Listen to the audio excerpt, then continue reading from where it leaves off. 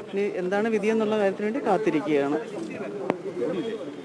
ശിക്ഷയെക്കുറിച്ച് പറഞ്ഞിട്ടില്ല. 15 പേരും കുറ്റക്കാരാണെന്ന് കോടതി കണ്ടിട്ടുണ്ട്.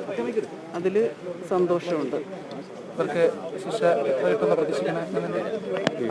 പരമാവധി എല്ലാവരും 3 നോട്ട് പ്രകാരം കുറ്റക്കാരാണെന്ന് കണ്ടിട്ടുണ്ട്. അപ്പം പരമാവധി ശിക്ഷ തന്നെ കോടതി നൽകുമെന്നുള്ള പ്രതീക്ഷയിലാണ്.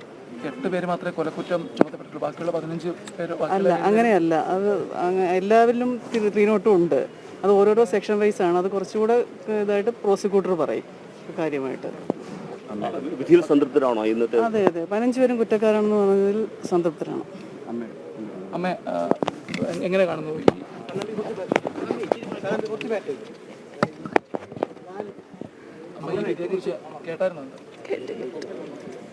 വിധിയിൽ നമുക്ക് തൃപ്തിയുണ്ട്. പറയാൻ